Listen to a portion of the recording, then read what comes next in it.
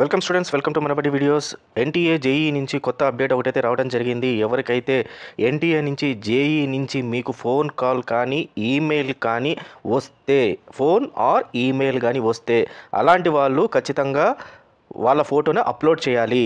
Those candidates who are not getting messages or phone calls from NTA may ignore it. అంటే దీని అర్థం ఏంటంటే, మీకు ఏదైతే జేఈ నుంచి కానీ ఎన్టీఏ నుంచి కానీ ఒక ఈమెయిల్ వస్తుంది, లేదా ఒక ఫోన్ అంటే వాయిస్ మెసేజ్ లాగా వస్తుంది. అక్కడ ఎవరు మనిషి మాట్లాడరు. సో ఎందుకంటే మీరు అప్లోడ్ చేసిన ఫోటో ఏదైతే ఉందో దానివల్ల డిస్క్రిపెన్సీ ఉంది, సరిగ్గా క్లారిటీ లేదు. అలాంటి ఫోటోని మళ్ళీ తీసుకొని మేము చెప్పిన పారామీటర్స్ ప్రకారము ఫోటోను అప్లోడ్ చేయండి అని చెప్పి ఒక మెసేజ్ అయితే వస్తుంది. అలాంటి క్యాండిడేట్స్ మాత్రమే ఫోటోని అయితే అప్లోడ్ చేయాలి, మిగతా వాళ్ళు అవసరం లేదు అంటూ జేఈ వాళ్ళు ఎన్టీఏ వాళ్ళు కొత్తగా అప్డేట్ అయితే ఇవ్వడం జరిగింది. మీరు ఇప్పుడు చూసిన స్క్రోలింగ్ మెసేజ్ వాళ్ళ వెబ్సైట్ నుంచి వచ్చింది. సో కాబట్టి అందరూ కూడా కంగారు పడాల్సిన అవసరం లేదు. అలాగే నేను మార్నింగ్ ఇంకో వీడియో చేస్తున్నాను.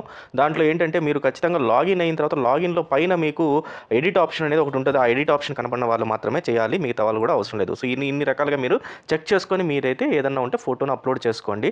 మిగతా అందరు క్యాండిడేట్స్ కంగారు పడి వాళ్ళు ప్రతి ఒక్కరు కూడా ట్రై చేస్తున్నారు. చాలా కామెంట్స్ కూడా పెడుతున్నారు, మా ఫోటో మేము చేయాలా వద్దా అని. సో స్టూడెంట్స్ అందరూ కంగారు పడకుండా మీకు ఫోన్ కాల్ ఈమెయిల్ వస్తే చూడండి. సో ఈమెయిల్ అయితే మిస్ అవ్వకండి. ఇన్ కేసు ఒకవేళ ఈమెయిల్ ఇన్బాక్స్లో లేకపోతే స్పామ్లో ఉంటుంది, స్పామ్ అనే ఫోల్డర్ ఓపెన్ చేయండి.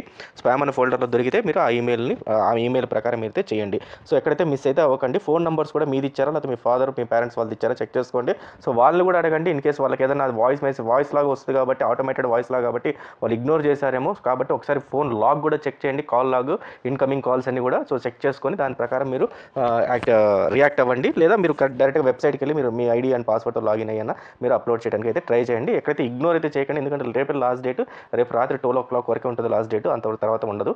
కాబట్టి వెంటనే అయితే మీరు రియాక్ట్ అవ్వండి. All the best students, thank you very much.